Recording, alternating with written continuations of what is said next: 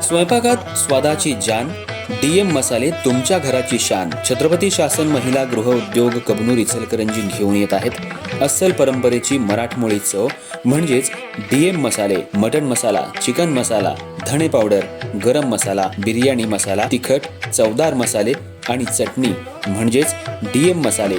तर आजच आपल्या जेवणाची रंगत वाढवण्यासाठी केमिकल विरहित डीएम मसाले, गृहिणींच्या मनातले मसाले आणि चटणी अवश्य वापरा. डीएम मसाले महिला बचत गटाद्वारे करणारे स्वच्छ माफक दरामध्ये म्हणजेच डीएम मसाले. संपर्क दिव्याताई मगदूम, मोबाईल 91 30 80 22 55.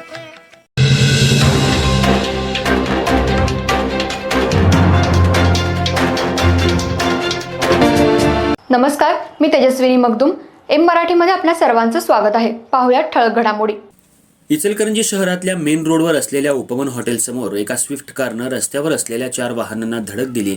यामध्ये गाड्यांचं मोठं नुकसान झालंय, तर स्विफ्टमधील कार चालक आणि अन्य तिघे तसंच दुचाकीवरील एक जण जखमी झालेत. या घटनेची नोंद शिवाजीनगर पोलीस ठाण्यात झाली आहे. इचलकरंजी शहरामध्ये दिवसेंदिवस अपघाताच्या प्रमाणात वाढ होतीये. रस्त्यात खड्डे की खड्ड्यात रस्ते हे समजू शकत नाहीये. खड्ड्यांमुळे अपघात होऊन काहींनी आपला जीव गमावलाय. काल रात्री 12च्या सुमाराला एका स्विफ्ट कारनं इचलकरंजीच्या दिशेनं जात असताना शहरातल्या उपवन हॉटेलसमोर असलेल्या रस्त्यावर ही गाडी आली, तेव्हा गाडी चालकाचा गाडीवरचा ताबा सुटला आणि गाडी समोर असलेल्या झाडावर जाऊन आदळली.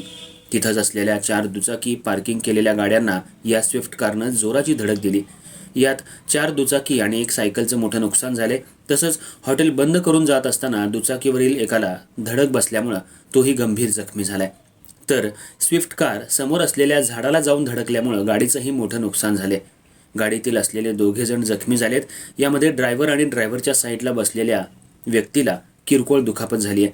अपघात खड्ड्यांमुळे झालाय. शहर परिसरामध्ये मोठमोठे खड्डे पडल्यामुळं काही वाहनधारकांनी आपला जीव गमावलाय. आता तरी महानगरपालिकेकडून रस्त्यांची डागडुजी होणार का फक्त अपघात बघत बसणार? रात्री अपघात झाल्याचं समजताच नागरिकांनी मोठी गर्दी केली. यात 4 दुचाकी आणि स्विफ्ट कारचं मोठं नुकसान झाले. रात्रीच्या सुमाराला अपघात झाल्यामुळं जीवितहानी टळली.